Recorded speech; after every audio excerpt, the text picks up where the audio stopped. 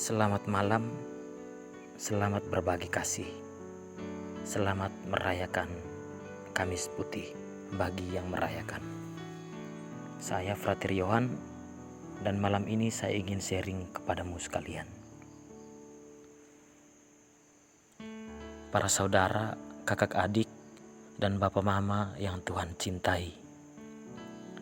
Unggahan saya kali ini adalah ingin menyeringkan ungkapan hati dan sekaligus bagian dari refleksi tentang bagaimana situasi yang terjadi di rumah-rumah, yakni mengikuti perayaan Ekaristi atau misa via live streaming di YouTube dan Facebook. Awalnya saya merasa bahwa ini adalah suatu situasi yang mungkin baru pertama kalinya terjadi.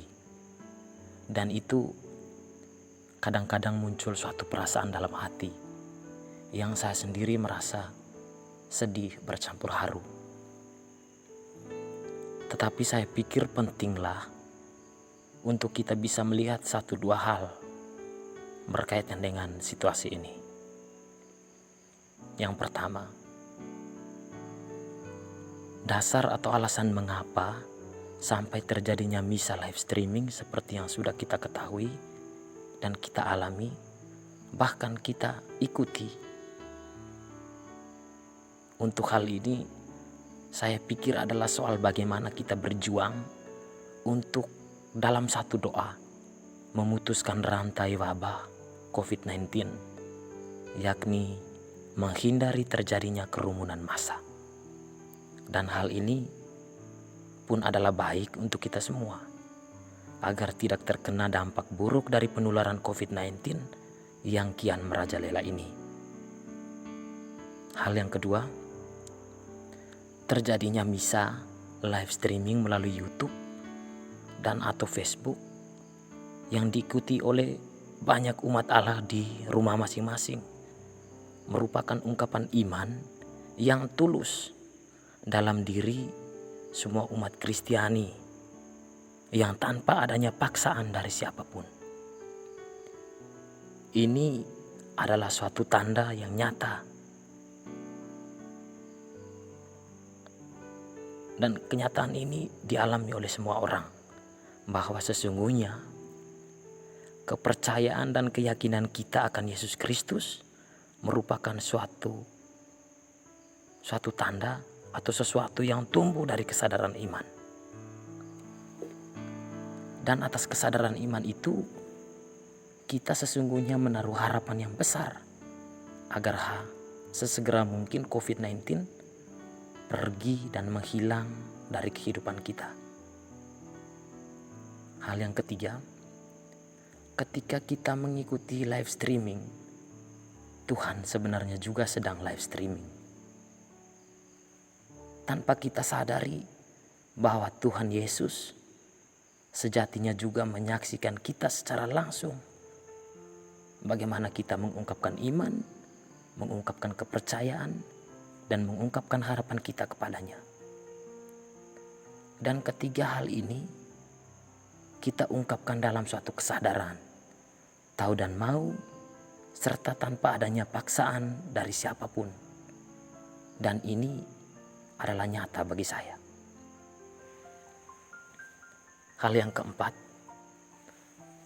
peristiwa Ekaristi yang sejatinya kita ikuti walaupun melalui online via live streaming merupakan suatu perayaan kenangan Tuhan yang membuktikan secara simbolik bahwa Tuhan memberikan dirinya secara total kepada para pengikutnya.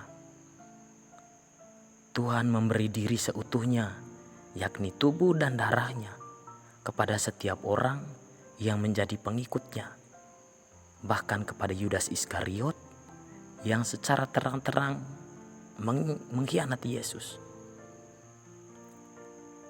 Maka kepada kita dipanggil untuk seutuhnya menjadi pelayan dan mau berbagi kepada siapa saja, termasuk kepada sesama kita yang mungkin belum seutuhnya senang atau suka terhadap kita. Kita dipanggil untuk secara total dengan kesadaran yang utuh dan tanpa paksaan siapapun, menjadi pelayan, menjadi pelaku yang mau berbagi dengan perasaan yang juga sukacita.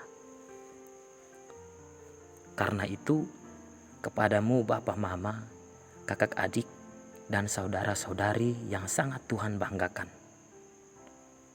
Di akhir pesan singkat ini, saya mengajak kita untuk terus menanam semangat kepekaan, rasa sadar, dan juga senantiasa membagi kasih kita kepada sesama yang lain.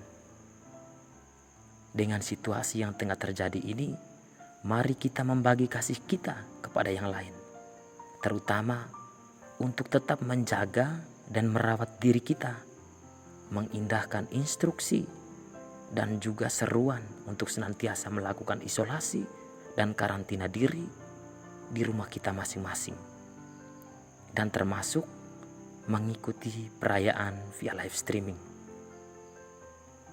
Di samping itu, kita dipanggil untuk menjadi sadar. Kita menyadari Ekaristi sebagai perayaan kasih, pelayanan yang total dan utuh, sebagaimana Tuhan Yesus pun membagi kasih-Nya dengan total dan juga utuh. Terima kasih jika pada akhirnya kita bisa menjadi pembawa kasih kepada semua orang. Semoga Tuhan memberkati.